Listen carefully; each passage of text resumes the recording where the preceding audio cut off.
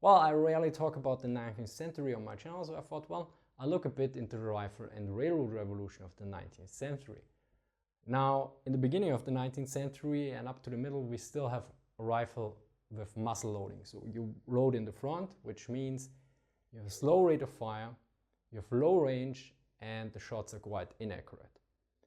Then came the breech-loading rifles. So rifles, first of the barrel is rifled, so the bullet gets a spin and it's more accurate. Then you have a longer range, and also due to the breech loading, it's about 4 times faster. So 4 times the rate of fire, without even with less drill. So what this means is, due to this sudden change, you need to change a lot of your organization and tactics to make this new weapon viable, which some countries did and some didn't, where some didn't even convert properly to a rifle, like Austria. So first off, in the old Napoleonic muzzle loading unit organization, you have close rank. So you have usually columns in several lines so that you can change the lines while the others reload. This changed basically to a line because you have now 4 times the rate of fire, so you don't need 4 lines or 3 lines and exchange them all the time. You can disperse your units. Then it's less about standing the ground, like holding the unit cohesion when an enemy charge comes, and more about fire discipline.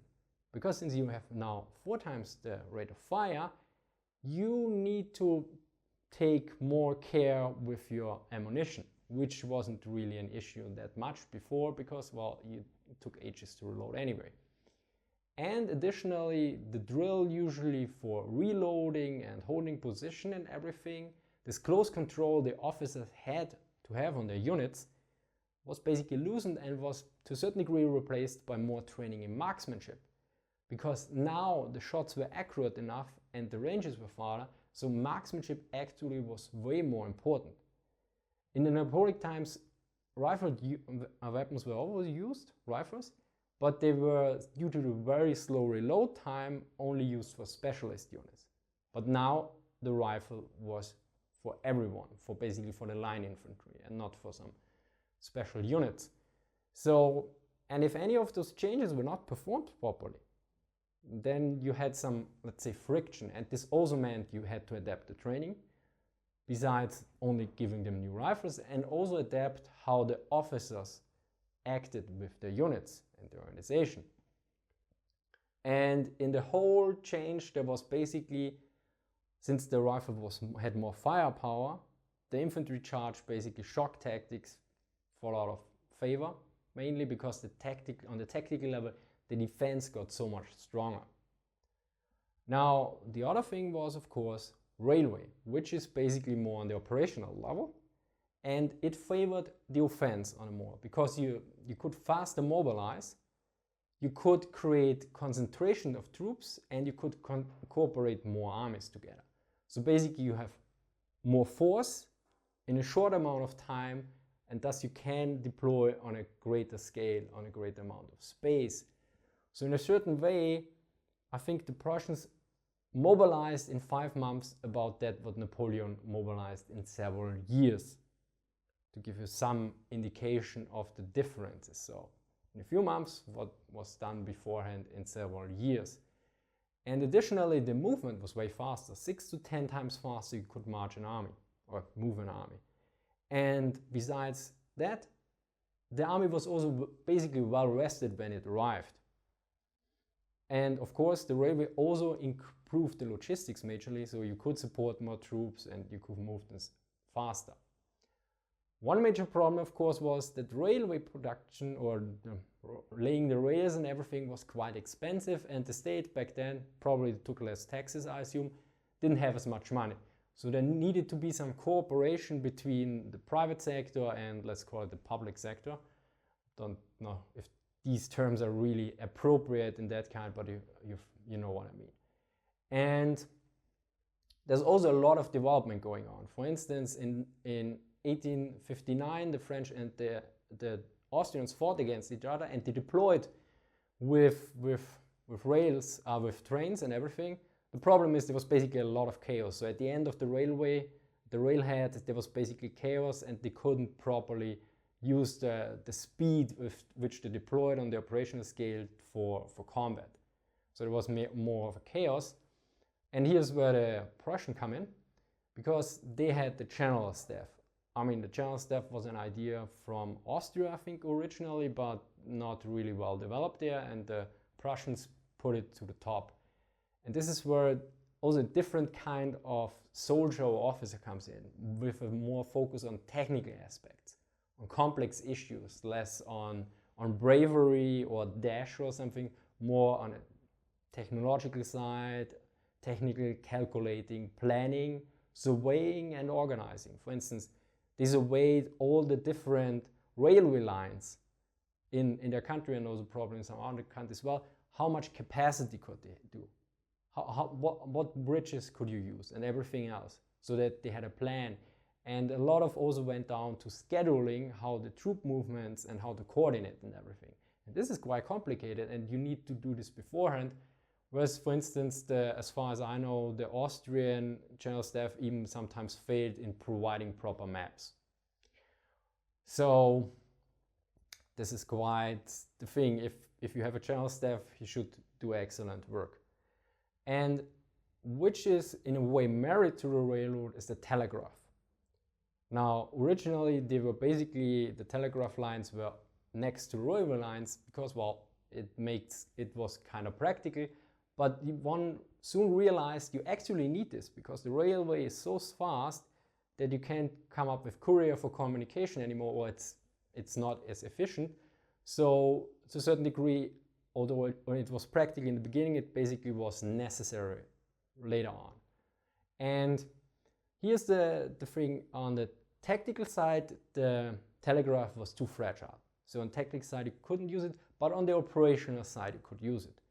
The problem is it was still error-prone, highly error-prone, so sometimes even Moltke had to use mounted couriers again to get information and orders across. And one major drawback of the telegraph was sometimes that it allowed a connection. For instance, I think one British officer, or even the commander for the Crimean War, noted that, yeah, the pestering from the politicians from London created quite some problems. And this is another issue where it comes in. Communication isn't equal with control. So there was the communication device, but it doesn't necessarily mean that there's already the control which is necessary there. Because beforehand this wasn't possible. So this was basically the first time for instant communication about fast distances. So the first time, okay, they tell you something, and then, yeah, okay, that doesn't mean you will do it. And for what it was used usually was to coordinate armies that they meet at a certain point and attack. And for I think one observer of the American Civil War noted basically in reverse, if we had the telegraph on the southern side in a better condition, we could have avoided a certain battle, because we would have known that the enemy did combine his forces, and so we could have retreated and do a drawback and avoid one major battle. And which is very important for all three: the rifle, the railway and the telegraph. They are all systems. They are not tools anymore. Some weapons were just tools. They were rather simple. We already needed an infrastructure and everything, but now the complexity is growing. And here's of course the question: why did the French, Russians and Austrians fail? Because to a certain degree they tried to copy the Prussians, general stuff. And one aspect was of course the officers, that the mentality was still, you could see, pre-industrial, with focus on bravery, dash, and not on the technical side. Which also comes in here is the education of your countrymen, of your officers. If the base education is rather low, it's a bit harder to get more technically minded people and everything. Then there's of course training and organization, and also money. For instance, Austria had to a certain degree quite money problems, so in certain ways they couldn't fire enough shots for training, so to improve their marksmanship. There was quite a difference here between Prussia and Austria.